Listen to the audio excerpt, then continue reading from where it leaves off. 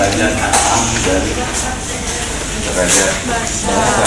Derajat asam kemarin sudah kita jelaskan, itu berapa mol ion hidrogen atau A+ yang dapat dilepaskan dari suatu atom, itulah valensi. Seperti halnya asam, maka basa pun demikian. Kalau asam, kemampuan senyawa tersebut melepaskan ion hidrogen, maka pada basa adalah kemampuan atau senyawa tersebut untuk melepaskan ion apa? Hidroksida atau OH. Kita lihat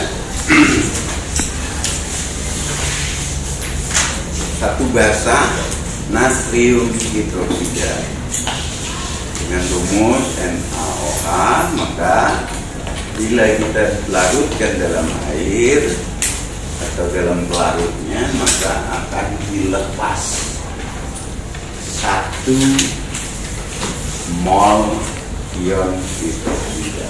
Maka artinya 1 mol natrium hidroksida setara dengan 1 mol ekivalen hidroksida. Lain misalnya magnesium hidroksida. Demikian.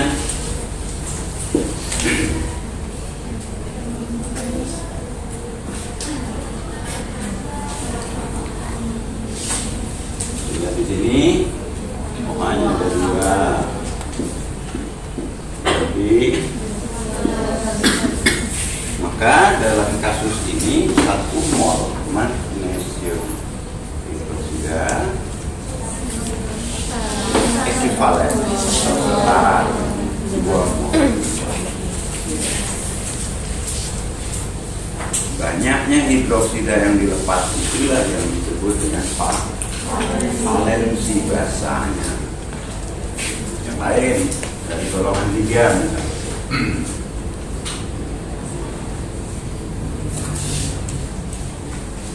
Juga demikian,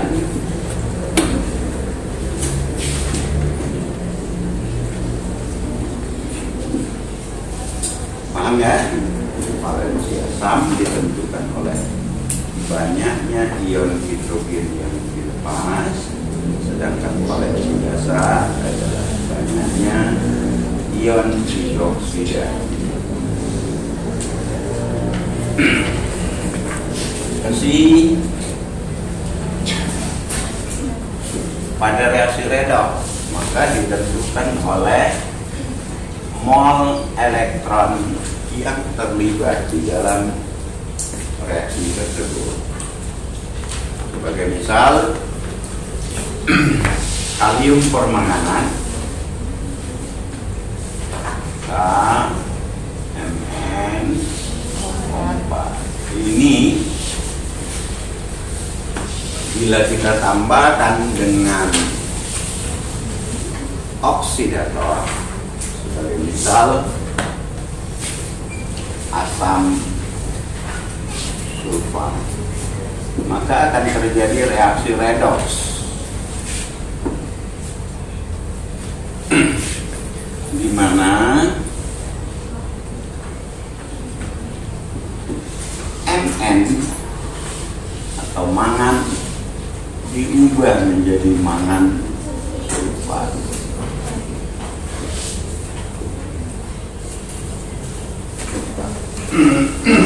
Untuk mengingatkan kamu ketika reaksi redoks dapat kita lihat, salah satu reaksi redoks itu adalah adanya unsur di dalam reaksi tersebut yang mengalami penurunan atau kenaikan muatannya. Untuk mengetahui naik atau turunnya muatannya, mari kita lihat kalium di sini. Berapa muatannya? Lihat, dia di golongan 1A, berarti punya potensi melepaskan satu elektron, maka dia satu. Oksigen di sini golongan 6. Untuk stabil dia butuh 2, berarti ini 2 kali 4 minus 8 1, berarti Mn supaya netral menjadi, paham? Ini hidrogen di sini plus,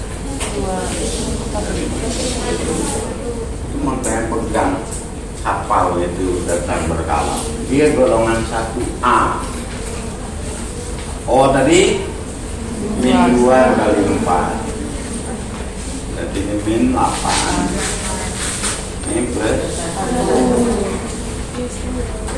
2, ini menjadi plus 6. Paham ya? Kita lihat yang di sebelahnya ini tetap plus 2, min 8, ini plus 6, berarti tidak ada perubahan pada S, tidak ada pada O, tidak ada pada H. Juga demikian, ini tetap min 2 kali 8, ini plus 6, berarti ini tinggal ini plus 1, ini min 2. Kalau demikian, yang berubah hanya plus 7 menjadi plus 2. Dalam persamaan redoks,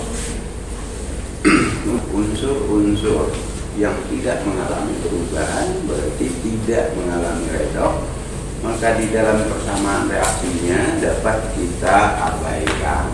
Jadi ini menjadi MnO4 minus,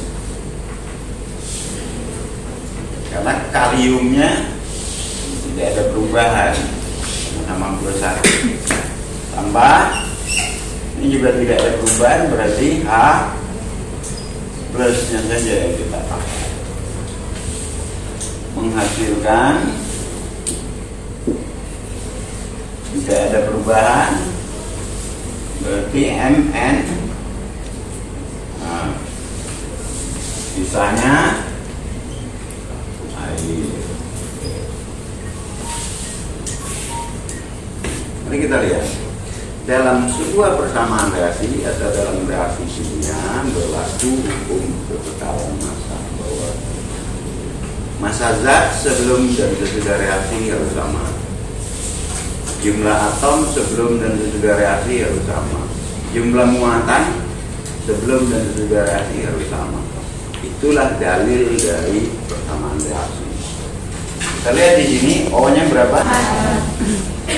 Di sini 1, agar jadi 4 tambahkan koefisien reaksinya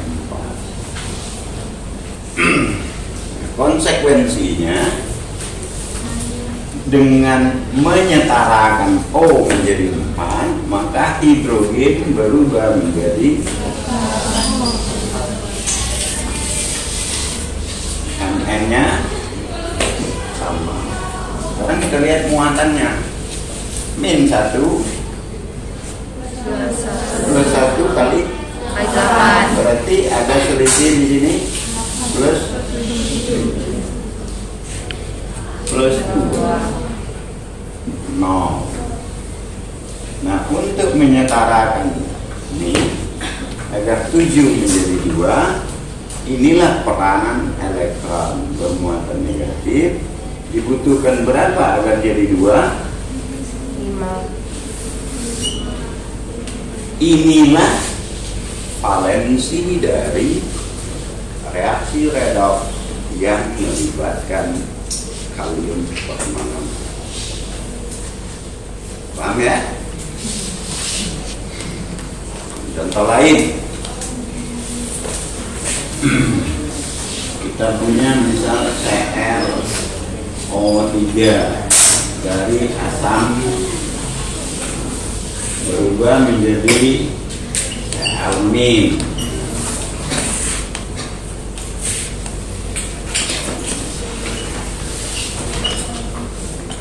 Contoh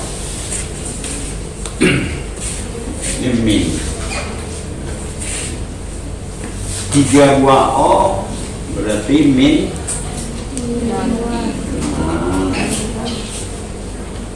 Sehingga Cl bermuatan 5, sisa 1 plus 5. Sedangkan di sini Cl bermuatan min 1. O-nya ada berapa? 3. Berarti H-nya harus ada 6 plus. Ya, 6H min 1. Berarti ada selisih plus. Ini ada min 1. Min 1 plus 5 untuk jadi min 1 butuh 4. Dari mana hitungnya? Plus 5 untuk jadi min 1. 6.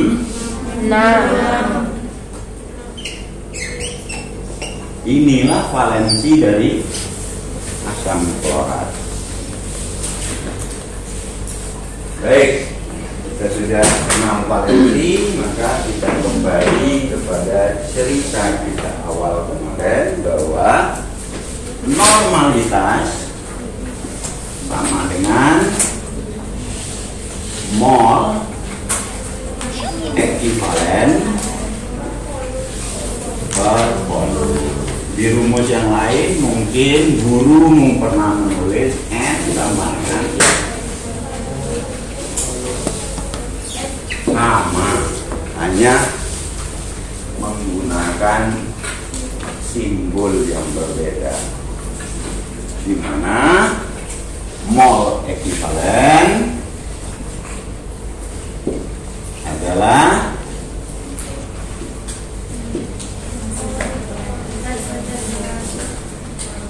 massa zat terlarut dibagi bobot ekivalen.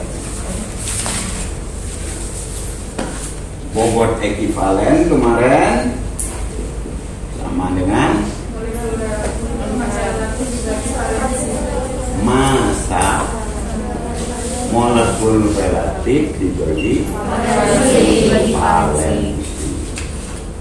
Mungkin gurumu ada yang menulis BD sama dengan F per A, sama saja, hanya memudahkan kita sehingga dibuat simbol yang mudah dipahami. Oke ya, ada pertanyaan? Ayo. Berarti kalau ini kita kembangkan, nah, kita lihat kemarin polaritas dari situ, maka dapat kita kombinasikan. Nih, Kn kalau dikembangkan menjadi apa?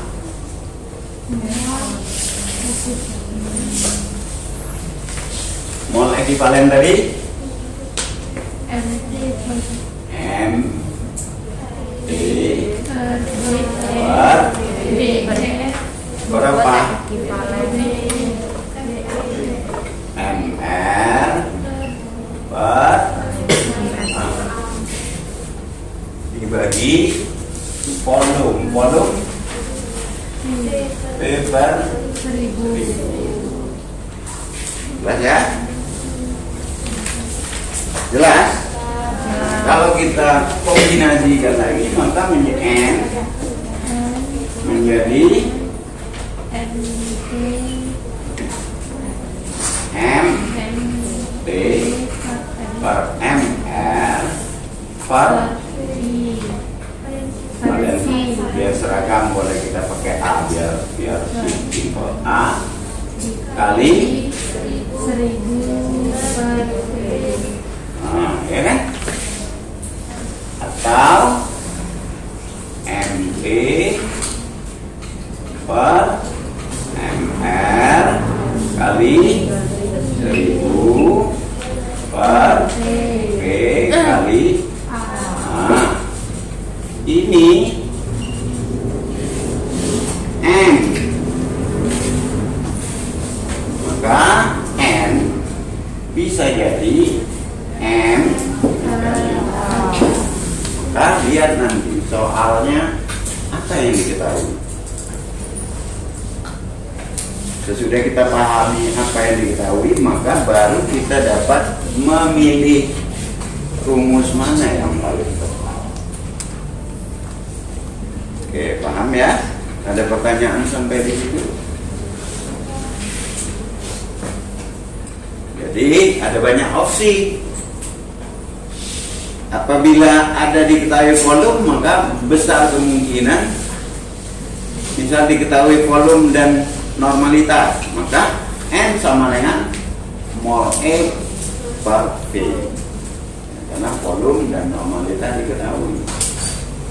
Tapi kalau volumenya kemudian normalitasnya tidak diketahui, boleh jadi kita pakai N sama dengan MT per MR kali 1000 per V. Catatan mencari A-nya itu seperti itu kan. Kalau asam jumlah ion positif, kalau basa jumlah ion negatifnya. Kalau redox jumlah elektron yang terlibat dalam reaksi tersebut.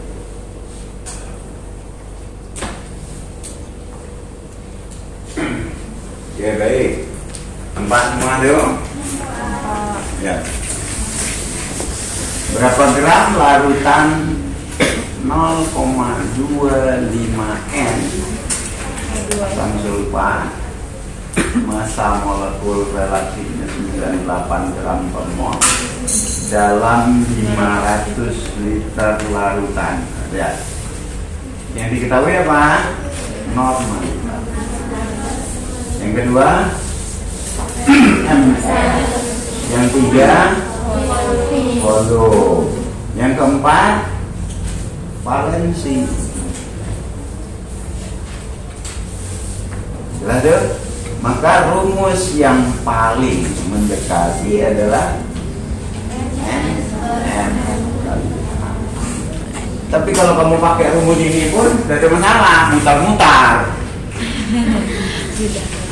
Ya, cari yang paling apabila sering menyelesaikan soal. Kalau cuma sekali 2 kali belum paham, tidak dapat kamu mengambil kesimpulan rumus mana yang mau dipakai. Paham ya? Nah, karena itu Bapak selalu mengajarkan kamu tulis dulu yang sebenarnya tidak ada aturan ini, tidak. Aturan membuat diketahui, ditanya, dijawab, itu bagian dari cara untuk menyederhanakan sehingga di dalam otak kanan kita ini terstruktur dia dengan baik. Soal kedua, diketahui asam sulfat pekat dalam suatu wadah botol adalah 96% dengan berat jenis 1,84 gram per mililiter. Berat molekulnya 98,08 gram per mol. Buatlah larutan asam sulfat 1N 1000 mili. Ya, mungkin bukan kelompok kamu, silakan itu kembali. Jadi yang Bapak kasih ini bukan barang yang belum pernah kamu lakukan. Kelompok mana kemarin yang melarutkan asam sulfat di kelas ini?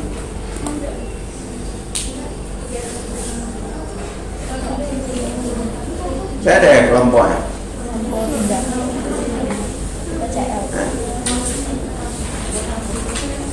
Bapak khawatirnya pada waktu kau buat itu dalam keadaan mabuk. Nggak ada ingat. Pada kau buat. Kenapa? Hilang begitu saja. Nggak ada pernah nempel. Alasannya terlalu banyak praktek. Dapat